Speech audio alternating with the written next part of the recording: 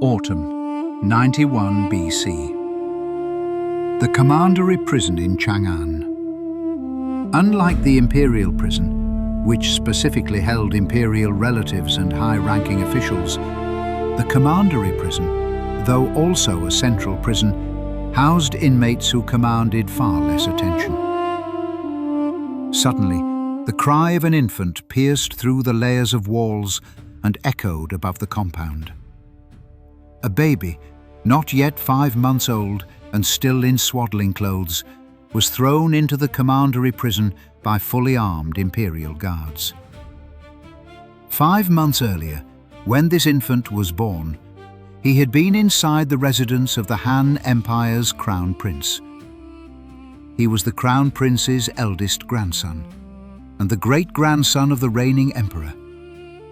Yet now, his great-grandmother, grandparents, father, mother, uncles and aunts had all perished in the empire's case of treason. Without even having been given a name, he became the sole survivor of the crown prince's line, cast into the Commandery prison and left to live or die. The superintendent of the Commandery prison took pity on the infant in his desperate plight, and at enormous personal risk looked after him. Nursed with the milk of female convicts, the boy grew up in a lightless prison, often sick, always beset with hardship, but stubbornly clinging to life. To help him survive, the superintendent gave him a name full of simple hope: Liu Bingyi. Bingyi meaning free from illness and healthy. No one could have imagined that a dozen or so years later, he ushered in one of the most brilliant and prosperous golden ages in Chinese history. In this era, China's achievements, military, diplomatic, economic and cultural, can only be described as miraculous. For most non-Chinese speaking audiences, this Han Emperor is almost entirely unknown. Even in Chinese history books, his profile is far lower than that of other Han emperors. In recent years, however, young people on the Chinese mainland internet have been studying and celebrating him more and more. The attention and appraisal he receives have far outstripped what the historical records say about him. His life experience, his achievements, his philosophy of governance, even his love life, all have become focal points of passionate discussion. People have even offered a categorical, uncompromising verdict. He was China's best ruler. Not the greatest, but the best. And this is the story we are going to tell today. The orphaned prisoner as an infant, and the zenith of the Han Empire that he built. In 60 BC, an ambitious Roman politician returned to the city of Rome after his term as governor in Spain came to an end. His name was Julius Caesar. His purpose was unmistakable: to run for the consulship of 59 BC. The Senate, however, did not want him elected. Caesar's response was to form a secret political alliance with 2 other men who also nursed grievances against the Senate: Pompey and Crassus. This became what later generations called the First Triumvirate. The alliance itself was not yet a Roman civil war, but it clearly demonstrated that the political structure of the Roman Republic could no longer reconcile the conflicts between military strongmen, wealth-based factions, and the Senate. From that point on, Rome would witness Caesar's rupture with Pompey, the crossing of the Rubicon, Caesar's dictatorship, his assassination, the Second Triumvirate, and the war between Octavian and Antony. Nearly 3 decades would pass before Augustus established the Principate and ushered Rome into the so-called Pax Romana. Now let us turn our gaze to the other side of the world. In the very same year that Caesar returned to Rome, the Han Empire, which had been founded roughly 150 years earlier, encountered a pivotal event that would reshape its western frontier. The story begins with the Han Empire's old adversary to the north, a people called the Xiongnu. The Xiongnu were a confederation of nomadic tribes whose range roughly covered the present-day Mongolian plateau and the northern reaches of Central Asia. Relations between the Han and the Xiongnu had been uneasy from the very founding of the dynasty. In its early years, the Han state could not defeat the Xiongnu and was forced to marry imperial daughters to the Xiongnu Chang'an in exchange for peace. By the time of Emperor Wu, Han power had grown formidable, and the empire launched a massive war against the Xiongnu that lasted 40 years, pushing Han influence all the way into the Hexi corridor and the western regions. But what were the western regions? They included what is today Xinjiang in China and the oasis territories of Central Asia, covering an area of about 2 million square kilometers. To give you a sense of scale, that is roughly equivalent to the combined area of the US states of Texas, California, Montana, New Mexico, and Colorado, and larger than the total area of 5 major European countries: the United Kingdom, France, Germany, Spain, and Italy. Before the reign of Emperor Wu, this region was largely under Xiongnu control. The Xiongnu maintained a designated office there, responsible for collecting taxes and administering the various states of the western regions. In 60 BC, things changed. That year, a Xiongnu prince in charge of western regions' affairs, who had lost his claim as heir amid a succession struggle over the Chang'an position within the Xiongnu, decided to surrender to the Han with all his followers. The Han court immediately dispatched troops to receive him, settled his people, and enfeoffed him as a marquis. The direct consequence of this event was that the Xiongnu's rule over the western regions, which had lasted more than a century, was fundamentally shaken. The oasis kingdoms that had previously paid tribute and pledged allegiance to the Xiongnu no longer needed to deliver taxes to them. The Han response was swift. That same year, the Han Emperor decreed the establishment of the Protectorate of the Western Regions.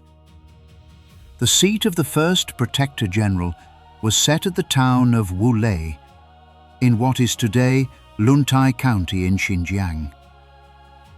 What was the Protector General of the Western Regions? It was not a provincial government in the modern sense, but it was the Han's supreme institution in the Western regions for military, diplomatic, and administrative coordination. Its responsibilities included supervising and safeguarding the various states of the Western regions, managing diplomatic relations between Han and those states, and ensuring safe passage and trade along the Silk Road. Through this institution, the Han Empire brought the Western regions under regular institutional governance for the first time. From that year onward, Han edicts formally held authority over the entirety of the Western regions. The significance of this lies in the fact that, in the century-long struggle between Han and Xiongnu over the Western regions, the Han achieved a systemic victory, one not predicated on a massive military expedition. This was not a triumph of a single battle, but a process of one system replacing another. The Xiongnu's administrative framework was dismantled, and the Han's Protector General of the Western regions took its place. This was a microcosm of the empire's golden age. But the age encompassed far more than this. Under the reign of this same emperor, the Xiongnu in the north continued to weaken until the Chang'an himself traveled to Chang'an to pay homage to the Han emperor. A rebellion by the western Chang was pacified by an elderly general who did so through military agricultural colonies, not through bloody slaughter, but through farming. In the interior, the lowest grain prices ever recorded in official Chinese history appeared. Grain, 5 coins per shi. Politically, this emperor, after the death of a powerful minister, gradually reclaimed imperial authority and ultimately wiped out the minister's entire clan. The emperor's bloodline was very noble. His grandfather was the crown prince of Emperor Wu, and for a long time the legitimate heir to the empire. He was the grandson of that crown prince. But it was precisely this bloodline that almost cost him his life. In the late years of Emperor Wu, a massive political purge erupted in the palace under the pretext of cursing the emperor through witchcraft. The crown prince was framed for rebellion, forced to rise up in arms, and committed suicide after his defeat. The crown prince's entire family, his wife, sons and daughters, were almost completely executed. This great-grandson of the emperor, barely an infant, was the sole direct descendant from the crown prince's line to survive. Yet he was not raised as an imperial great-grandson. He was imprisoned in a temporary jail inside Chang'an, awaiting disposal. In the official records, he was merely the progeny of a convicted criminal waiting to be processed. Protected by the prison superintendent and a group of officials and former retainers who sympathized with the crown prince, the infant survived inside the death row prison. But barely had he turned 4 when someone used the words of a sorcerer to tell the aged and befuddled Emperor Wu that the shifting clouds above the Chang'an prisons showed that a future son of heaven was imprisoned there. Emperor Wu flew into a rage and ordered the execution of every inmate in the Chang'an prisons. When the imperial envoy arrived at the Commandery prison with execution troops and demanded that the superintendent hand over all his prisoners, the superintendent bolted the gates and held fast. Resisting with his life, he shouted, "The great-grandson of the emperor is here. Even the other innocent prisoners should not be put to death, let alone the emperor's own great-grandson." The helpless imperial envoy reported back to Emperor Wu. The emperor, already regretting that he had wrongly killed the crown prince, only then learned that a great-grandson of his was still alive in this world. He murmured to himself, "It must be heaven that has preserved him thus." He then decreed a general amnesty for the whole empire, including this great-grandson of his. At an age too young to remember anything, the boy had once again narrowly escaped death. It was not until Emperor Wu was on his deathbed that he finally ordered the boy's status as imperial great-grandson to be restored. When the prison superintendent tried to send him to the chief official of the capital, the offer was flatly refused. This made it all too clear that although his status as imperial great-grandson had been restored, he had not become a core member of the royal family. Within the vast house of the Han imperial clan, he was a highly marginal great-grandson, barely treated as a proper imperial heir. After his release from prison, he was eventually sent to be raised by the natal family of his grandmother, with whom his blood ties were by then already very tenuous. Later, he was placed in the Yeting, the palace office that managed palace maids, the families of convicts and related affairs. This was a zone that lay between the court and the commoner world, where he retained his royal connection without truly living inside the imperial palace.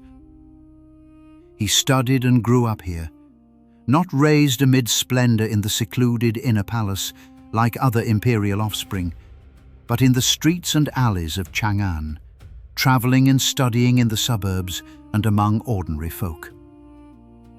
He came into contact with all social strata and learned the real life of the common people. It was during this period that he married a woman of commoner background. Her father was merely a warden in a palace prison and had even previously been subjected to criminal punishment for an offense. This experience had an enormous influence on Liu Bingyi's whole life. An orphan raised in a death row prison, he possessed imperial blood but never acquired the power and resources to match it. Although he was later placed on the throne, he understood better than any crown prince born inside the imperial compound what power really meant and what the ordinary people needed. Imperial blood gave him legitimacy. His status as a convict's descendant kept him perpetually alert to power structures. His upbringing among the common people let him know how ordinary folk lived and what genuine hardship at the grassroots level looked like. The combination of these three elements almost entirely determined his later ways of thinking and his political orientation.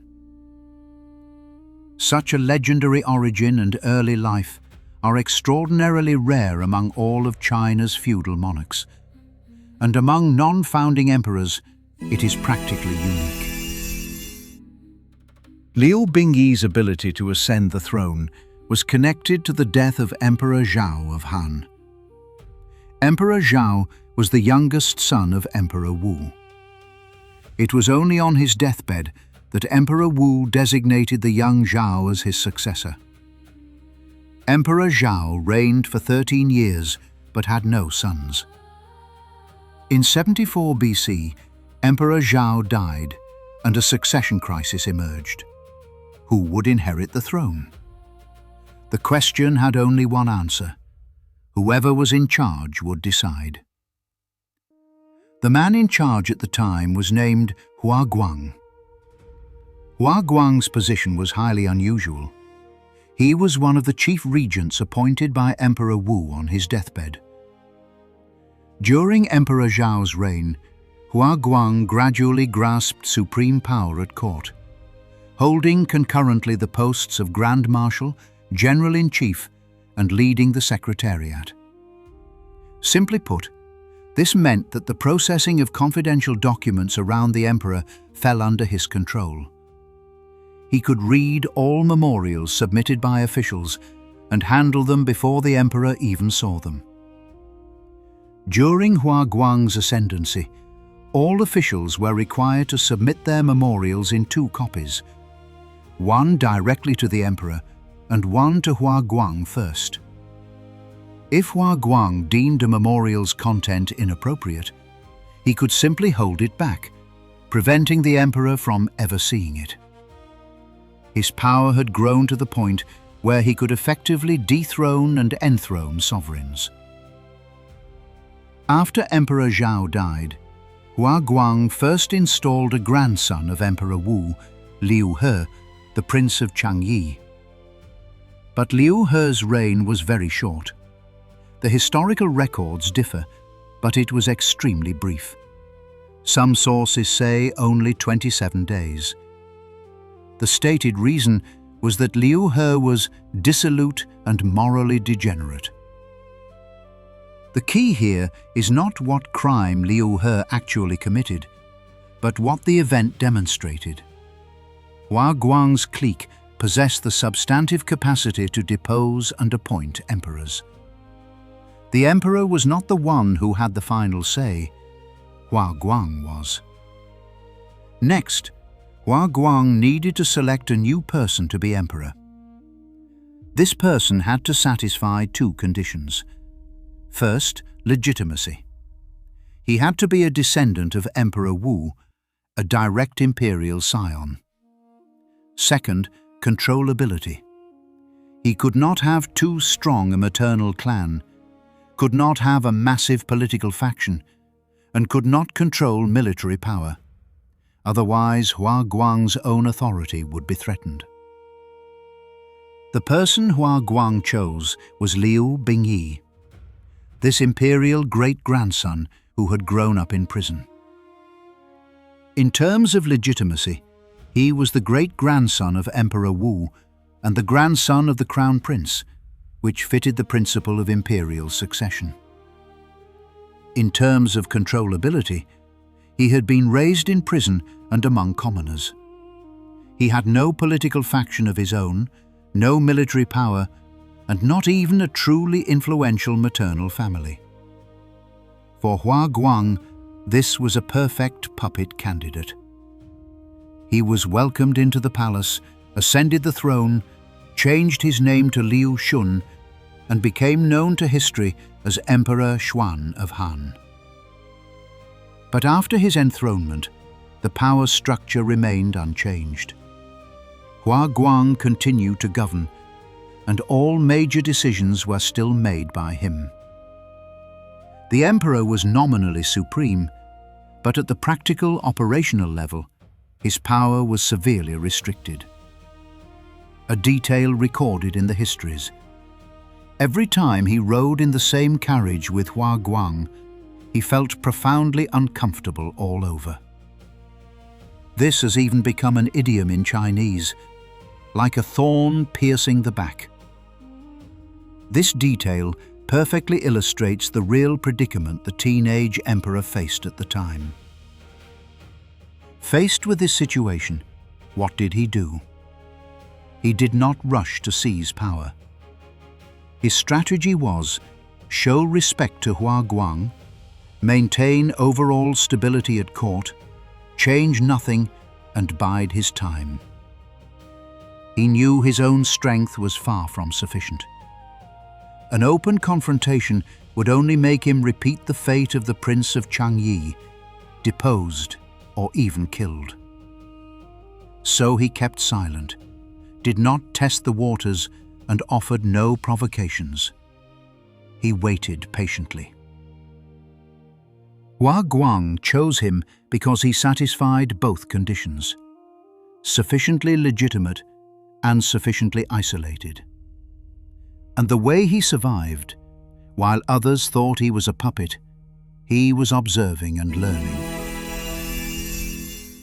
While Hua Guang was alive, the emperor consistently maintained an attitude of respect and a low profile. He knew exactly where the boundary of his power lay and never overstepped it. All external decisions were made by the Hua Guang clique. From the chancellor down to the officials of key departments, everyone came out of the Hua Guang system.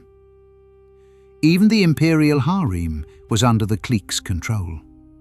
The most serious of these incidents was the Hua Guang clique's interference in the selection of the empress.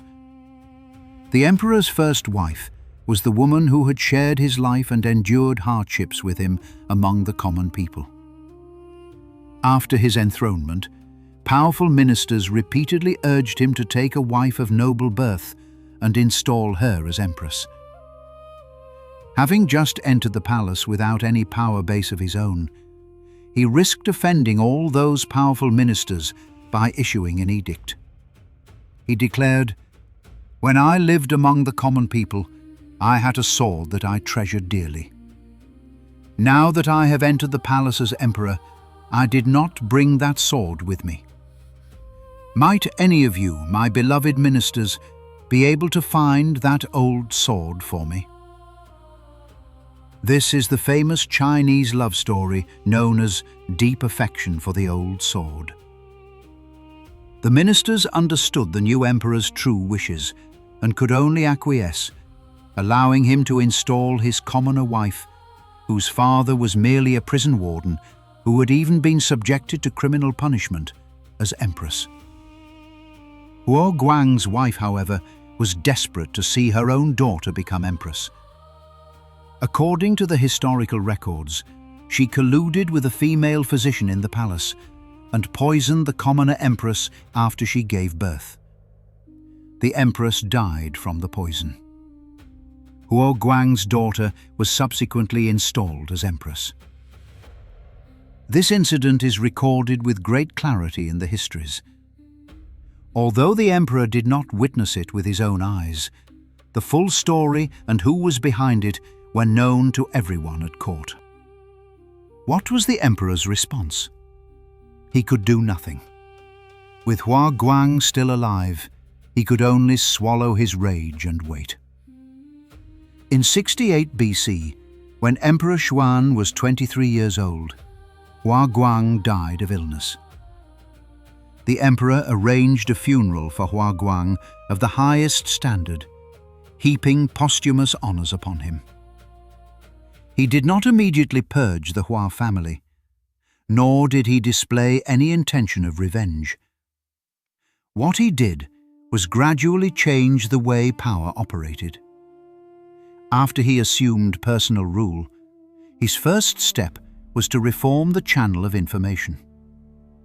During the Hua Guang period, officials' memorials were submitted in 2 copies, one directly to the emperor and one for Hua Guang to review first. The emperor decreed the abolition of this practice. Henceforth, all memorials were to be sent directly to the emperor without passing through anyone's screening or vetting.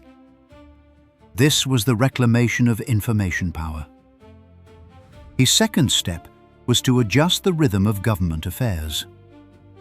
The emperor mandated that he would personally hear court reports once every 5 days, requiring officials at every level to submit matters according to regulation. He personally evaluated their competence and administrative performance. The assessment criteria were extremely detailed, including population growth and decline, area of land under cultivation, grain and revenue receipts, the capture of bandits, and the handling of legal cases, among many other aspects. Those with outstanding achievements were rewarded. Those lacking in ability were held accountable. This was the reclamation of executive power. His third step was to adjust personnel arrangements. He gradually reappointed officials, drawing heavily on talent from outside the Hua Guang system. He tightened assessment and disciplinary measures for senior regional officials, and after Hua Guang's death, he reshaped the composition of the central decision-making circle. This was the reclamation of personnel power. Watching their power drain away bit by bit, the Hua family grew increasingly resentful. Hua Guang's son, nephews, and other core members began plotting a rebellion. Their plan was to depose the emperor and install a new one.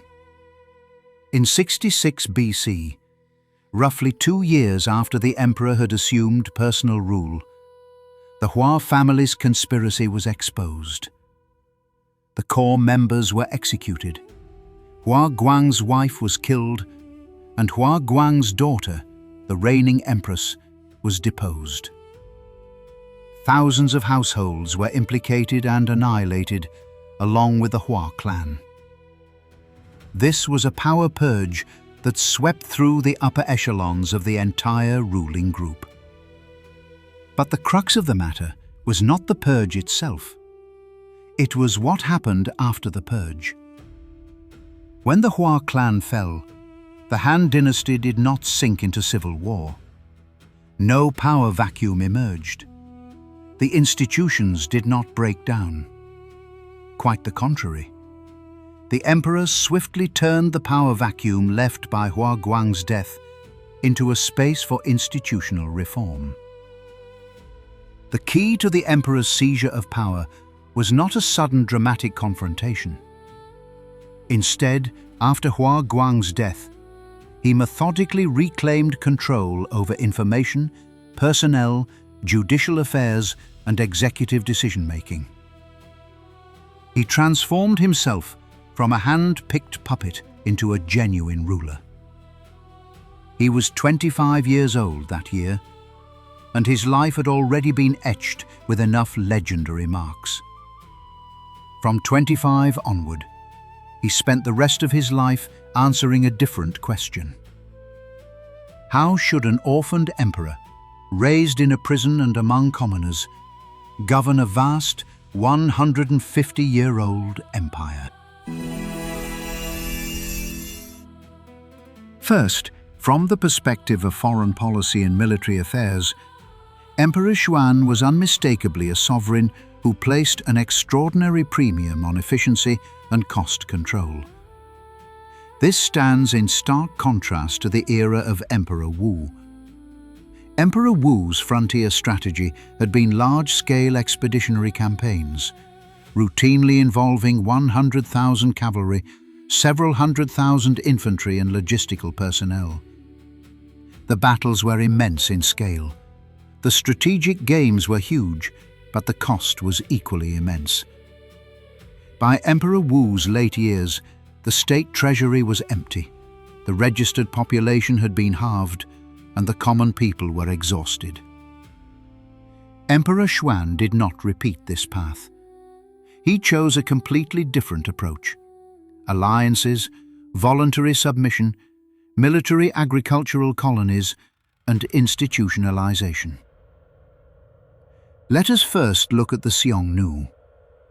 In 72 BC, not long after Emperor Xuan assumed the throne, the Han launched a large-scale military operation. 5 generals attacked along separate routes with a combined total of 150,000 cavalry. It was a massive show of force, but the results were limited. The main Han force penetrated deep into the steppe, but failed to locate the Xiongnu's main army. The force that truly achieved results was the army of Wusun. Wusun was a major power in the western regions and a marriage ally of the Han. Led by a Han envoy, 50,000 Wusun cavalry struck the Xiongnu from the west, capturing over 40,000 prisoners and more than 700,000 head of cattle, sheep and horses.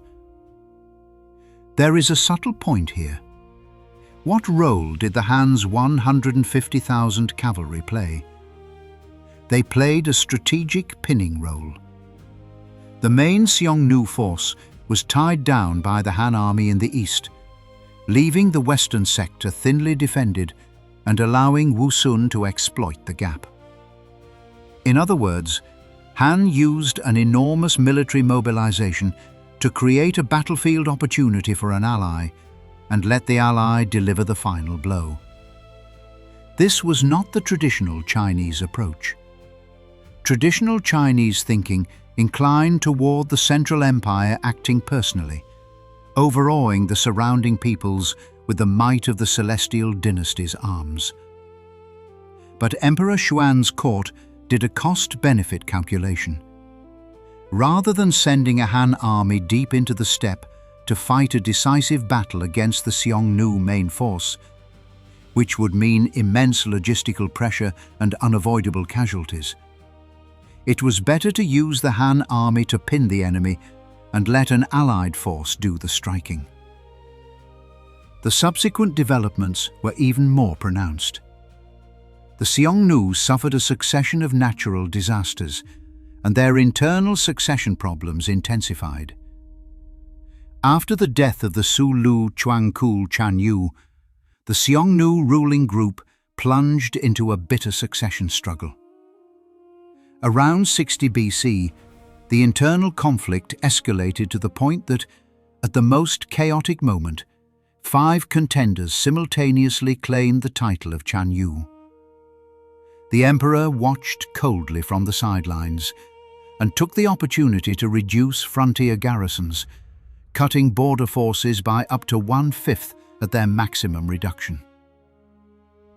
By 51 BC, the internal Xiongnu struggle had produced 2 chief rivals. The weaker of the two made an unprecedented decision. He crossed the Great Wall and travelled to Chang'an in person to pay homage to the Han Emperor. The Emperor received him in Chang'an with guest rights and placed the Xiongnu Chanyu's position above that of the Han imperial princes. This Chanyu expressed his willingness to guard the border for the Han against other Xiongnu forces. Emperor Xuan agreed, but attached conditions. These groups had to camp and graze beyond the Han border fortifications and submit to Han oversight and deployment. This was not conquest. The Xiongnu did not become Han commanderies and counties, nor was the title of Xiongnu abolished. But it represented a fundamental transformation of the power relationship. The Xiongnu Xiongnu, from being a son of heaven on an equal footing with the Han emperor, became a vassal within the Han political system. What did this mean? It meant that, in a political sense, the Han-Xiongnu War was over. For the next 60 years, peace prevailed on both sides of the Great Wall. Next, the Western Chang problem was resolved using a method so low cost it can hardly even be called war. The Western Chang were nomadic tribes living in the area of present-day Qinghai and Gansu, alternating between war and peace with the Han. During Emperor Xuan's reign, a large-scale Chang rebellion erupted, threatening the commandery of Jincheng.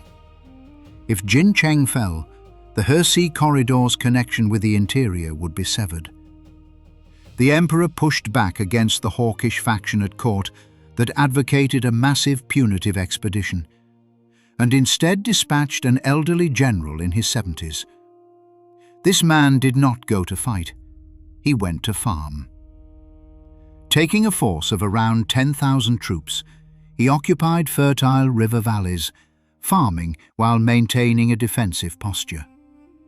He turned these valleys into permanent strongholds, controlling water sources and pasture land, and steadily compressing the nomadic space of the Chang. He did not pursue them, he did not press the attack, and he showed no impatience. Many ministers at court failed to understand and repeatedly urged him to bring the enemy to battle. The old general responded in memorial after memorial, explaining, "The Chang Confederation was loose and riven with internal contradictions. If we rushed to attack, that would only force them to unite. If we traded time for space, their alliance would collapse of its own accord as their resources and trust ran out." He was proven right.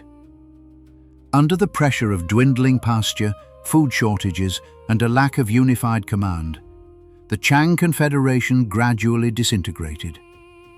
In the end, the Chang surrendered in droves, collapsing without a battle.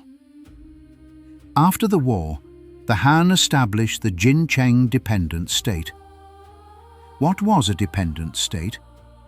It was a special administrative unit the Han set up in frontier regions to settle surrendered nomadic tribes. The leaders of a dependent state could retain a degree of autonomy, but were required to submit to Han oversight and deployment. Dependent state troops could serve as auxiliary Han military forces for frontier defense. Finally, we return to the western regions. After the surrender of the Riju king, the balance of power in the western regions underwent a fundamental change. Zheng Ji was appointed Protector General of the Western regions, with his headquarters at Wulei in the area of present-day Luntai in Xinjiang. The responsibilities of the Protector General included overseeing the various states of the Western regions, ensuring the safety of the Silk Road, managing agricultural garrisons, handling disputes between states, and mobilizing the forces of those states when necessary. In the 1990s, archaeologists discovered the remains of a Western Han postal station at Xuanchuan near Dunhuang. The site yielded a huge cache of Han-era wooden slips, including a large number of administrative documents concerning the operation of the Protector General of the Western regions. These slips tell us that the Protector General's operations did not rely on intimidation by a large standing army, but on paperwork, courier riders, grain supplies, and daily administration. The reception of travelling envoys, the allocation of military provisions, the management of tribute missions from the various states, and the handling of frontier disputes, all were textually recorded, and all had fixed procedures. This is institutionalization. It is not spectacular. It features no epic-pitched battles and no heroic charges. But it operated every day, every year for decades. Its costs were dispersed through daily administration, rather than concentrated in the enormous expenditure of a single battlefield. The Han Empire's frontier achievements during the Xuan Emperor era were built up from these elements. In the 25 years of Emperor Xuan's reign, the Han Dynasty suppressed 2 frontier rebellions, brought over 2 million square kilometers of territory under administrative control, and paid a cost in soldiers' lives that was infinitesimally close to zero. Almost no blood was shed. The enemy was subdued without fighting. This is the highest military attainment pursued in Sun Tzu's The Art of War. And it was achieved by an emperor born among the common people who had no military career whatsoever. In 62 BC, the historical records document another of Emperor Xuan's unprecedented and never-repeated achievements: the lowest grain price in Chinese official history. The record comes from the Book of Han. In successive years of plenty, grain was 5 coins per dan. In plain language, consecutive bumper harvests meant each dan of grain cost only 5 bronze coins. Let us use precise figures to reconstruct the economic significance of this record. In Han-era texts, grain generally refers to su, what we today call foxtail millet. The main grain crop in the Guangdong region at the time was millet. So this record tells us, in the vicinity of the capital Chang'an, millet was very cheap. What is a dan? It was a Han unit of capacity for grain. Based on Han texts and archaeologically recovered bronze measuring vessels, the volume of 1 dan corresponds to approximately 20 litres in modern terms. Grain here means unhulled millet. The hulling loss rate for millet in the Han period was about 40%. 20 litres of unhulled grain after hulling yielded roughly 12 litres of millet. 12 litres of millet multiplied by a density of about 0.75 kilograms per litre equals roughly 9 kilograms. What does coin refer to? It refers to the Han Wuzhu coin. In 118 BC, Emperor Wu ordered the casting of standardized bronze coinage, each coin weighing about 3.4 to 3.5 grams, with a diameter of roughly 2.5 centimeters. These coins remained in circulation for over 700 years. What a single Wuzhu coin could buy fluctuated enormously over history. But the record of grain at 5 coins per shi in 62 BC marks the most extreme low price. 5 is simply the number 5. Putting it together, in 62 BC, in the Han capital Chang'an, 5 Wuzhu coins could buy roughly 9 kilograms of millet. What does this actually mean? Vertical comparison. In the early days of the Han Dynasty, historical records note grain prices as rice at 10,000 coins per dan, meaning grain prices at the dynasty's founding were 2,000 times higher than during this emperor's reign. During the normal years of Emperor Wu's era, grain prices were about 150 coins per dan, 30 times higher. In wartime, grain prices surged to 500 coins per dan, 100 times higher. The famous rule of Wen and Jing, one of history's celebrated peaceful eras, recorded grain prices at around 10 coins per dan, still double this record. Even during the Chang'an reign of the Tang Dynasty, the price of rice at 3 coins per do, when converted to comparable units, was far higher than this record under Emperor Xuan. Horizontal comparison.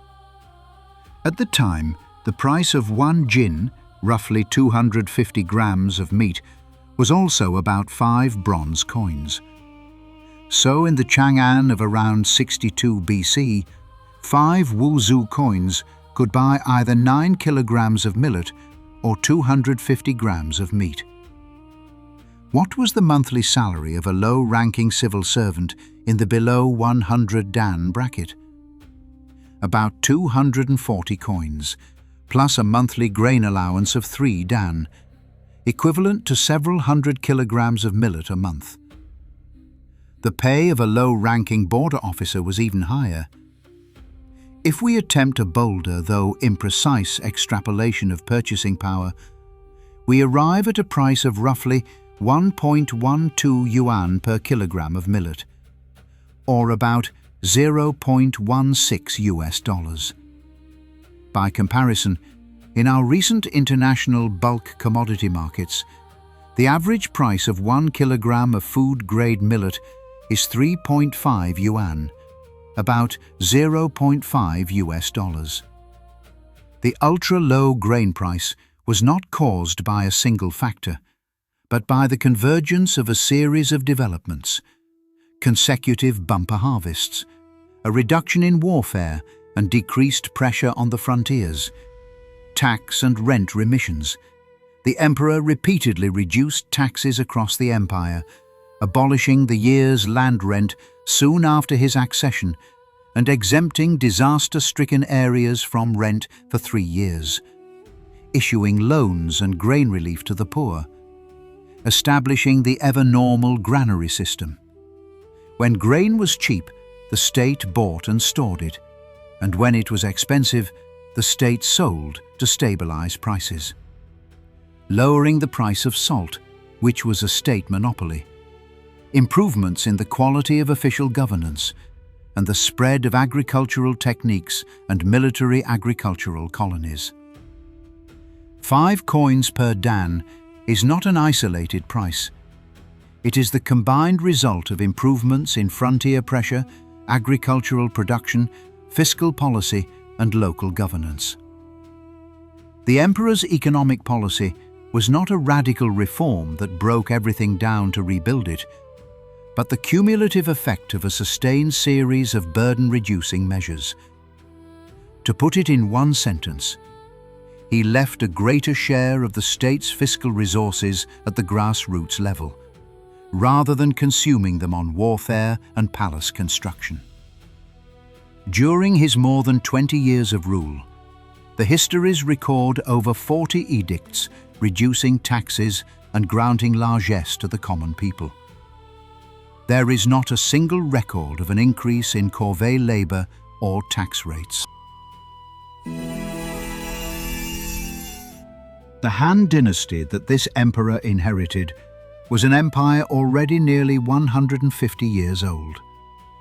The periods of Emperors Wen and Jing had been primarily about restoring growth, making the cake bigger. But by his time, the empire had accumulated a multitude of vested interest groups, powerful local magnates, imperial in-laws, high officials, royal princes and regional forces. The problem was no longer, can the cake be made even bigger, but how should the cake be divided? And what was his answer? Summarized in one sentence: apply pressure to the vested interests and leave resources for the grassroots. First, look at his attitude toward powerful local magnates. The Han had a system called relocation to the imperial tomb. the emperor would build his own tomb complex near Chang'an and simultaneously forcibly relocate the empire's wealthy magnates and high officials to the tomb town, forming a tomb city. The advantage was that the magnates were forced to leave their entrenched hometowns and were concentrated in the suburbs of Chang'an, making it easier for the central government to monitor them. By this emperor's time, the system had been severely watered down. When his predecessor built his tomb, he merely invited officials and commoners from the commanderies and kingdoms to relocate voluntarily, which was basically a paid invitation, completely distorting the system's original intent. But after he assumed personal rule and began constructing his own tomb, he forcibly relocated the chancellor, generals, marquises, officials of the 2,000 Dan rank and above, as well as magnates with assets exceeding 1 million coins. Even senior court officials and marquises could not escape. Now look at the rigor with which he held high officials and the imperial clan accountable. The official histories record that during the emperor's reign, 8 senior regional officials were executed and 5 vassal kings were deposed and exiled. In the purge of the powerful minister's family's conspiracy, thousands of households were implicated and executed along with the Huo clan. His principle was clear. No matter how high one's status, if you broke the law, you would be dealt with. He personally established a strict assessment system to evaluate officials' performance. Historical records state the emperor heard court affairs once every 5 days, required officials of all levels to report according to regulation, and personally inspected their achievements and failures. Consider his selection of local governors. There is an excellent example. One official had once been the tutor of the deposed Prince of Chang'an. After the prince was deposed, the vast majority of his 200 retainers were executed. Only a handful who had led upright lives were spared, and this official was one of them. He was punished by being sent to build city walls. Later, after the emperor assumed personal rule and heard that this man was upright and possessed administrative talent, he summoned him to court, preparing to send him as grand administrator to a chaotic commandery. The man was already 70 years old. The emperor asked him, "That commandery has been in chaos for many years, overrun with bandits. How will you govern it?" He replied, "The people there took up arms to protect themselves because they are far from the court, their lives are hard, and the local officials do not show them compassion." The emperor asked whether he should use force to pacify them or soothe them. The emperor was pleased and said, "I employ virtuous officials precisely in order to comfort the people." He gave the old man many rewards and sent him to his post. Upon arriving, he did one thing. He decreed that anyone carrying a farming tool was not to be considered a bandit. Only those carrying real weapons counted. Thereupon the masses who had gathered in rebellion put down their swords and picked up hoes. He then distributed grain to the poor, lent them farming tools and seeds, and personally led officials door to door to exhort the people to plant trees, raise silkworms and rear pigs, and even encouraged them to trade in swords for plough oxen. Within a few years, the commandery had returned to prosperity.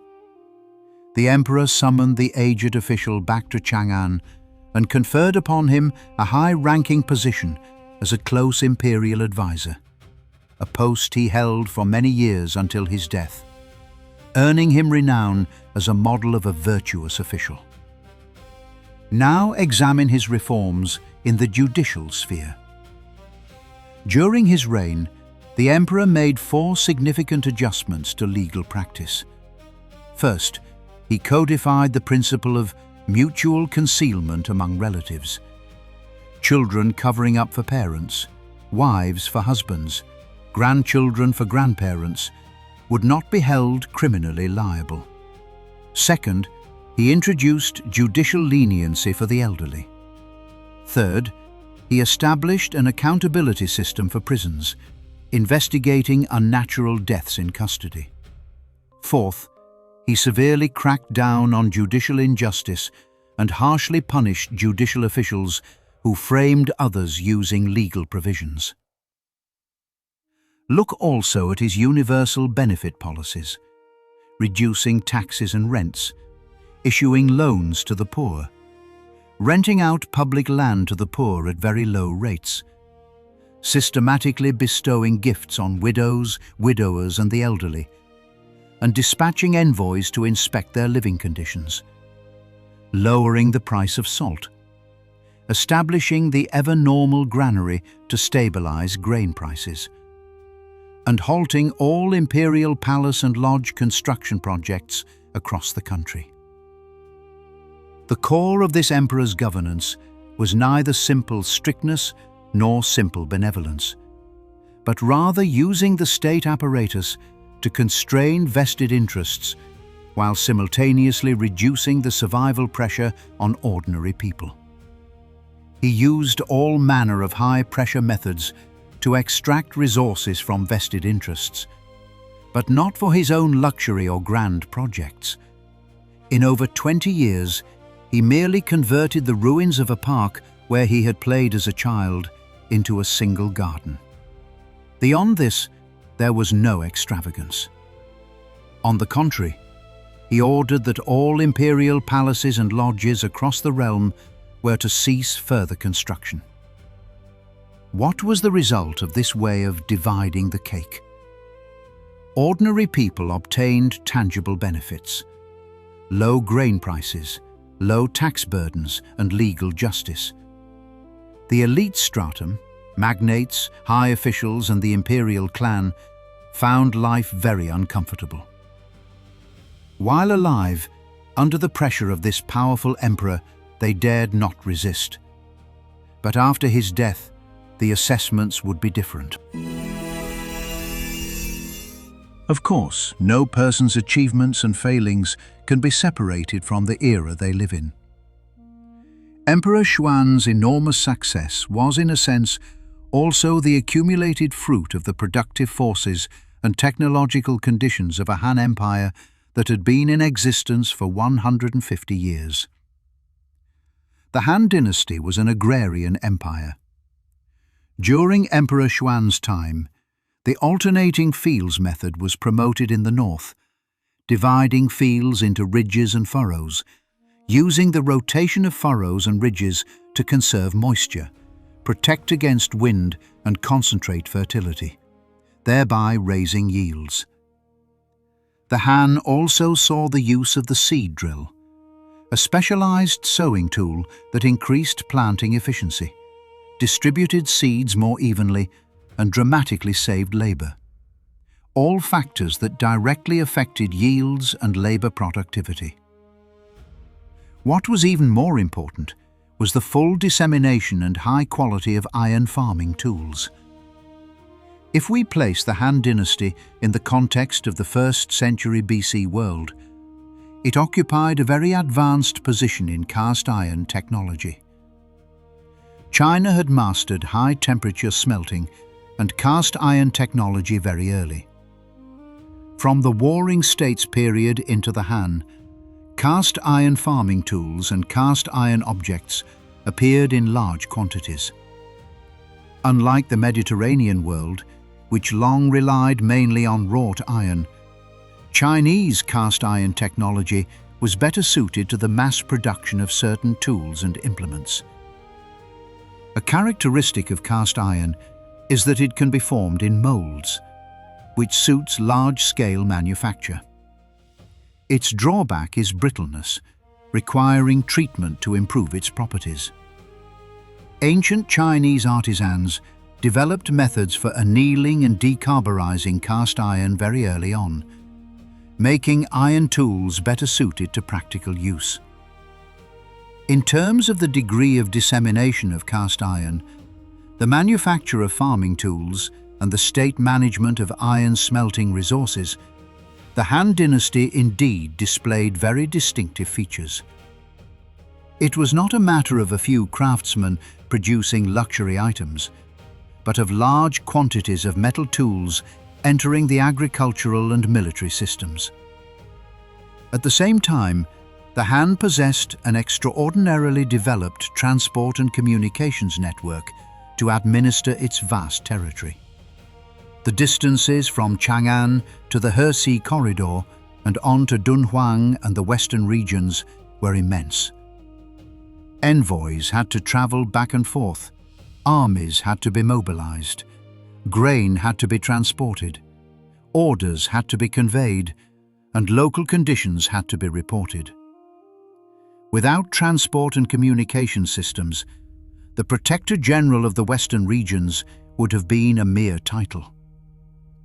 The Han set up posts, relay stations and hostels along its communication routes, which were used to pass on documents, receive envoys, and supply horses and food. The large volume of excavated Han wooden slips, especially those from the northwest, reveals many highly concrete records. A certain envoy passed through on a certain date, collected a certain amount of grain, used a certain number of horses. A document was transmitted from one place to another, and an official signed for receipt. These details may look trivial, but they show that Han frontier governance was not a legend. It was daily administration. Beyond this, there were even more specific technologies in calendrical science, mathematics, military affairs, and handicrafts. In the first year of the Taichu era under Emperor Wu, the Han formulated the Taichu calendar, setting the year at 365 1/4 days, using intercalary months to adjust the months and seasons. For an agrarian empire, the calendar was not abstract astronomy. It was the foundation of the timetables for planting, harvesting, taxation, ritual, and administration. The Han also kept long-term astronomical records. Solar and lunar eclipses, comets, and unusual celestial phenomena all entered the official record system. In mathematics, the practical computational methods accumulated from the Qin and Han periods were later concentrated in traditions such as the 9 chapters on the mathematical art, whose content covered field area measurement, grain conversion, proportional distribution, work project labor, and equation calculations. Unlike Greek mathematics, it did not emphasize geometric proof, but directly served the administration of land, finance, and engineering. In military technology, the Han army made extensive use of the crossbow. Crossbow mechanisms had bronze or iron components, offered stable shooting, and entailed relatively low training costs, making them suitable for organizing large-scale infantry and defending frontier fortifications. Combined with iron weapons, beacon fire alarms, border fortifications, and document transmission, the Han could maintain its northern and northwestern defenses over the long term. As for writing materials, during Emperor Xuan's time, paper had not yet become the main writing medium. The government primarily relied on bamboo slips, wooden tablets, and silk. But the sheer number of Han slips demonstrates that even in an age without widespread paper, the Han could sustain a fine-grained documentary administration. Medicine, textiles, lacquerware, and coinage were equally mature. Silk was used for trade, gifts, and diplomacy. Lacquerware embodied complex material craftsmanship, and the Wuzhou coin integrated metal casting with a fiscal system.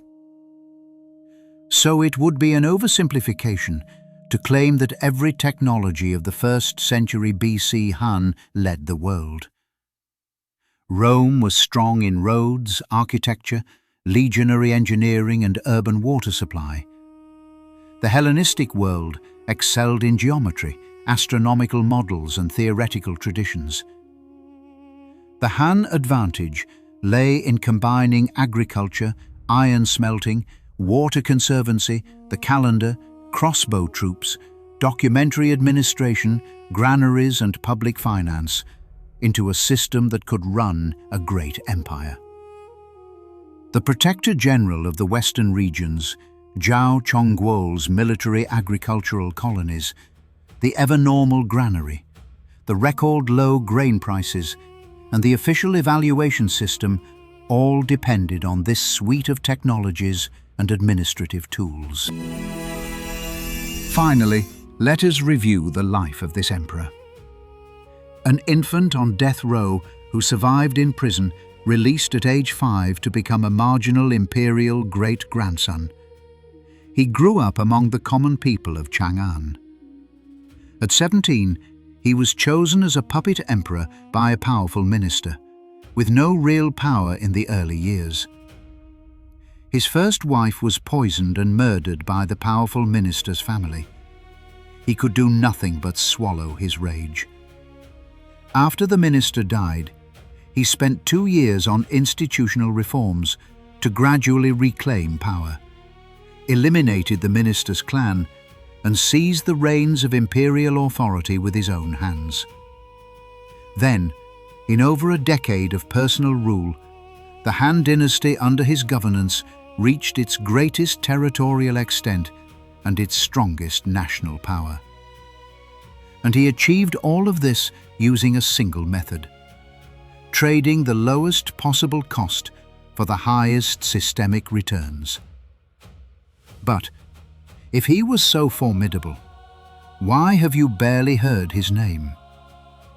This is precisely why we believe he most deserves to be rediscovered. In China's 2,000-year official narrative system, the assessment of this emperor can be summed up in 3 sentences: not denied, not promoted, not perfect. Not denied refers to the fact that his achievements are indisputable. The Protector General of the Western regions, the Xiongnu surrendering to the Han. Grain at 5 coins per dan. These facts cannot be erased by anyone. And yet, the officialdom and Confucian scholars of later ages, that is, China's elite stratum, were never willing to enthusiastically promote his accomplishments. The reason is actually very direct. During his reign, his suppression of magnates, high officials, and the imperial clan was simply too tough.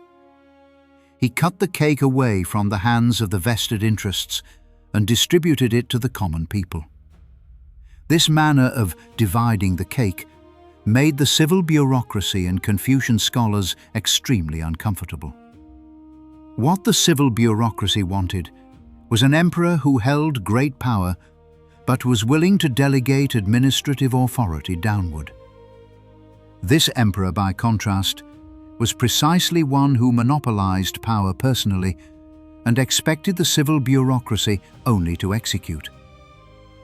What the Confucian scholars wanted was an emperor who won people over through virtue, treated others with generosity, and gave erring officials a second chance.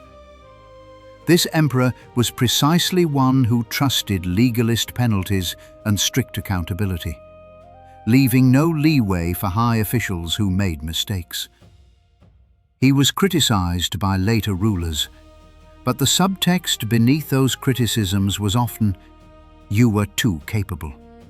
You did things we cannot do." Later emperors listed several of his faults: improper rewards and punishments, failure to promote moral transformation, blurring public and private interests, not employing virtuous government. For an emperor who had once propelled the state to its zenith, The real meaning of these accusations may well be, your mode of success cannot be institutionalized. It cannot be replicated by other emperors, and therefore you deserve to be criticized. The emperor himself was well aware of the biggest problem with his own model. When his crown prince begged him to govern with leniency and benevolence, he flew into a rage and spoke a very famous line. The House of Han has its own institutions, rooted in a blend of the way of the hegemon and the way of the king. How can we rely purely on moral instruction? In the end, bitterly disappointed, he said, "The one who will bring chaos to my house is the crown prince." And it turned out exactly as he had predicted. The crown prince inherited the throne, but did not inherit his father's political ability. The new emperor abandoned his father's high-pressure methods and instead promoted Confucian benevolent governance, drastically relaxing the constraints on vested interest groups. Land annexation once again worsened, and from the moment of his father's death, the Han dynasty entered a rapid downward spiral, collapsing a mere 60 years later. The collapse of an empire is often the failure of a system. But the example of this emperor tells us that sometimes the passing of a single person is enough to bring an entire system down, which, paradoxically, proves that his model was too dependent on individual capability and could not be replicated. This emperor presents a very intriguing contrast with the Rome of his time.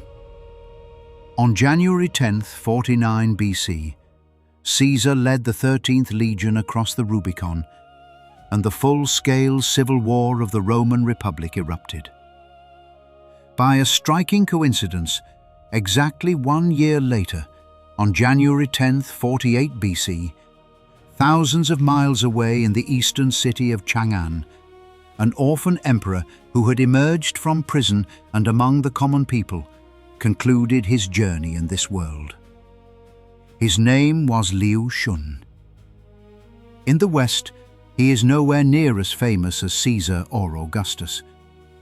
Yet in just over a decade, he forged a mature empire whose military, economy and political institutions operated in full coordination.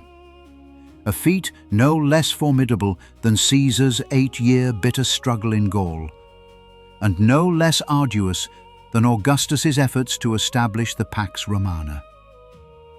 The reason this emperor deserves to be remembered is not that he did the most spectacular things, but that at relatively limited cost, he pushed a vast empire into a state of stability, prosperity, and efficient operation.